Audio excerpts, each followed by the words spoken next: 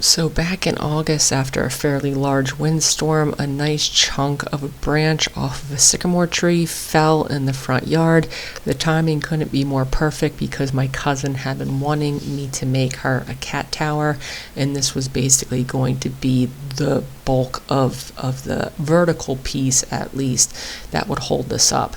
So this is what that branch looks like. I'd cut off the end at this point. It was full of carpenter ants, which is probably one of the reasons it fell apart in that storm. And basically what I was trying to do was get as much of this branch to rest as vertically as possible. The way it was sitting, it was a little cockeyed, so you can see I have it against the shop wall, propped up with some buckets, and I'm just using a scrap piece of wood to put that perfect angle on the bottom so that the branch stands the way I want it. So like I said, I propped it up, just used a regular piece of wood to get that proper angle, and then I'm going to cut it off with the chainsaw. You can see it's a pretty shallow angle, it's not super steep, but I didn't want this vertical piece to cantilever too much with all the branches that will be added to it. I didn't want to have to worry about it tipping over. So I got the cut pretty good with the chainsaw, but there's a little bit of a crown in the middle. So what I'm going to do is take down the middle with an angle grinder disc real quick so that the bulk of the weight is only going to be sitting on the rim of this wood. That will be important for the base in general. So I'm just going to have a very small contact point versus a large contact point. Now this branch is freshly fallen, but some of it's already dead, but it's going to dry out more than it is now, and I don't want there to be a bulbous part on the bottom because then it will rock on the base. So you can see I just quickly removed some of it. I used a straight edge to see that it was flat, and then I can move forward. I'm going to clean up the outside with a draw knife. If you don't have a draw knife, you don't need that for this work. It just makes it much faster. And then I sanded it down pretty smooth. You could use the angle grinder to do this, but there'll be more marks to sand out if you use that. You could use a sander with rough disc in general, but then this is what this looks like. Standing on that base, you can see the angled cut. All I did was mount this with a screw for the time being. This is a temporary base, temporary mounting, so I could add the branches. I'm going to be putting 4 branches on this. One of these branches came off of a cherry tree that I cut specifically for this, so you could see the end of it was actually dead, but this piece towards the bottom was still live lumber. It actually ended up with a pretty cool pattern on it. The other branches were branches I had been saving specifically for this project, so sourcing the material for this might actually be one of the harder parts of this project. Like I said, I got lucky with that windstorm and scored the main pieces. So like I said, the draw knife is going to be the main bulk for getting all of that bark off. Technically you could leave it on there, but especially on these pieces of lumber that are not fully dried out, eventually what's going to happen is the wood will shrink as it dries. As it loses moisture, it will crack, and a lot of that bark will start falling off regardless, so that is why I decided to take it off. Also, for fresh branches like this, bugs and whatnot are commonly live between the bark and those outer edges of wood, so removing it will also take away the threat of having some bugs in there. To start mounting these, what I did was I picked sections, and I was basically kind of roughly copying a photo that she had sent me. And to make this a little bit easier, I started by flattening the parts of the vertical branch where I wanted the intersecting pieces to go. It's just going to make those connection points a little bit easier. I could prop up the branch I wanted, and then it's going to be the same process. I'm basically going to be removing that crown in the middle of the wood, so I really only have to worry about that outer lip as a contact point. It just makes getting these a tight fit closer. I decided to put all these pieces in place with dowels. It's going to give me a real seamless look. You're going to notice that this was quite a bit of work. If you don't want to do it this way, my recommendation would be to pre-drill some holes, put a screw in there, and then you could just put dowels in from the outside. Much easier process. If you have big gaps, you could easily cover them later with rope, which is commonly on these cat towers anyway, and it's just an easier process. The way I did it was I wanted pretty much seam fitting joints. So I went back and forth multiple times with all of mine. You could see how the base is working out. I'm basically marking these, removing material where there's a gap until my joints are pretty seamless. Once that was done, I drilled just a center hole in here. I'm using 3/4 inch dowels to connect everything over hardware. Once the dowels are set in place with the wood glue I'm using, this is going to be a very sturdy structural joint. So like I said, 3-inch spade bit, just drilling down into that branch. I'm pretty much just making it as vertical as possible. I'm going to plug a dowel in there, and then I could just mock this up against the tree, try and mirror that angle and drill the exact same angle into the tree. I have years of practice with this sort of work.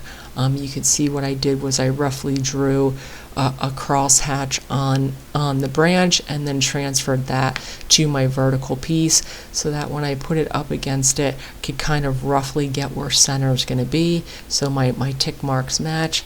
And then once I had it in place with the dowel, I can mark on the side the rough angle, and I eyed all these and they turned out pretty good. I had some tweaking to do afterwards, which worked out fine. But like I said, I have years of practice with freehanding some of these marks. Like I said, if this looks like a too involved process for your skill set, I would get the branch to fit as good as possible, put a screw in there, and then dowel it in place with a visible joint. And you could see I'm just roughly have that angle matching the pencil mark I have on the outside of the branch. I went a little over halfway down into all of these. Can clean it out a little bit. It's okay if this connection's a little bit loose because I'm going to be filling it with glue, and like I said, just using a spade bit. You take all of that material out, make sure that dowel fits in place, and then the branch will then go on top of this. And you can see that once all of this is glued in place, it's going to be a really structural, strong joint, especially with anything where a cat or weight is going to be stressed on these joints. You want them as tight as possible. And then like I said, because my doweling method is not going to be perfect because I'm freehanding it, once I had the basics set in place, I just went through and removed a small amount of material to kind of hide as many of these hairline gaps as possible. Like I said, this tree branch fell in August. That's when I started working on it. I was working on this in between projects. I didn't finish it up till this week, so this branch has actually shrunk a little bit since then.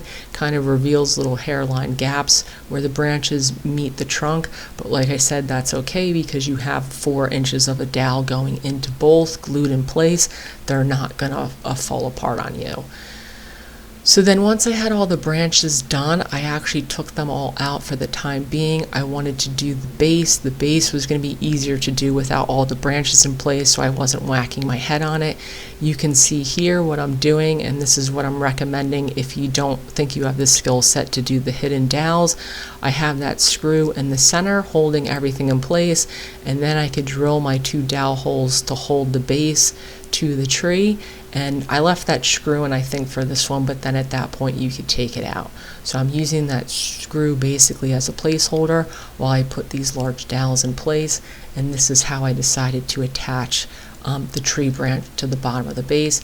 You can see this one's just a little bit bigger than a temporary base. At this point, I've been working on this enough with the tree branches. It was getting really tippy with the base I had on there, so I decided to make it a little bit bigger.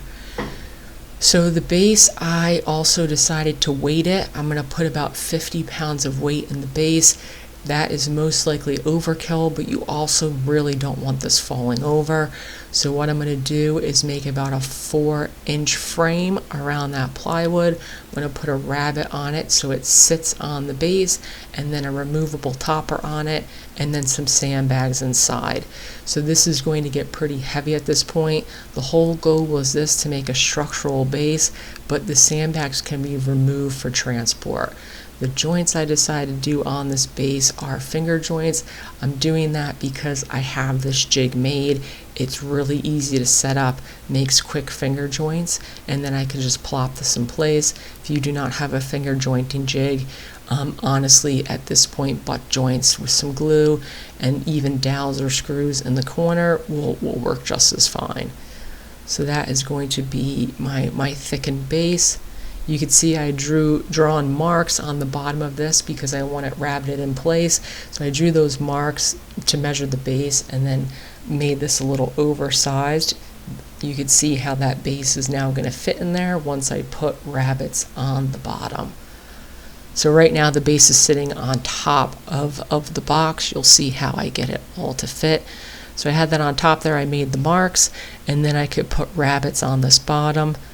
And with the rabbets on the bottom, now they'll sit over the base. It just adds a little bit more strength. Like I said, the weight of the base is not pushing against the sides of this or anything like that, so I'm not really concerned about this pushing apart. I just have the tools in the shop to make nice seamless joints, so I built this cat tower as I would any customer project, and that's why I did it this way. So then that is how that weighted base is going to look. You can see with those rabbets what I mean by it sits on top of that base, and all of that can be glued in place, and that's basically how that joint fits together over top of that bottom base. And then this could all be glued in place with these finger joints and glue, and this on the bottom. The fact that plywood is dimensionally stable, I'm not going to put any extra hardware in this. The glue is enough to hold this together for the longevity of however long this will be used. So then for the top, like I said, I want this removable because it's a pretty heavy carry, awkward carry with the weight in it. So I wanted to be able to take that out. So I'm going to make the top in 2 segmented pieces. I'm using 1/2-inch plywood for this. All the plywood I'm using are scrap pieces of lumber I have around the shop, so it's cabinet grade plywood. This will also all be covered, so if you don't have cabinet grade plywood, I'm going to recommend using or buying a cheaper grade of ply because like I said, you won't see it. So to sneak up on this curve, all I did was draw a rough arch based off of the dimensions of the branch, and then I snuck up on it. So I'm removing a little bit of it at a time, getting it to fit as tightly as possible. You won't see this seam once it's done, but I still wanted it in there pretty tightly. And then just to reinforce the base a little bit, I put some blocking in here, and then the sandbags will fit around the blocking. I also don't think I film it, but I end up putting a screw or 2 through the blocking into the branch, and that really helped it from rocking back and forth. And then that's how that fit. And like I said, I just bought paver sand for this. It was a 50-pound bag of paver sand. I think it was like $6. Just filled up food storage bags, put them in here, and then like I said, they could be taken out for transport. You can use play sand. It's a little bit more expensive. That was a cheap way of doing it. And then this is what it looks like when it's got all the branches in place. I apologize for the vertical portrait view. I thought I had footage of this on my iPad and I didn't, so I had to pull images off of my phone to show you what this looks like with the base in place and all of the branches in place. Because once the base was in place, you'll see I went and glued that back together. I also have a sped up version of how I finished up some of these branches. It was basically the same process the whole way. There's a couple different species of wood on this, which is pretty cool. It all ended up matching quite well in the end. The dowels in place and how I kind of get everything to fit. So then, like I said, this is gluing it together. So I actually glued the dowels into the branches first, so this is just a dry fit, and then once the base was done, I glued the dowels into the tree, and then this is where it is. I thought this was going to be one part, but honestly, when I started to go editing it, all the footage would have been about a half hour, so I decided to break it into 2 parts. So next week we'll be adding all the rest of it. You could see with the weight in that base, this is what I wanted. You could put quite a bit of force on it, and while it will rock, it's not going to topple over.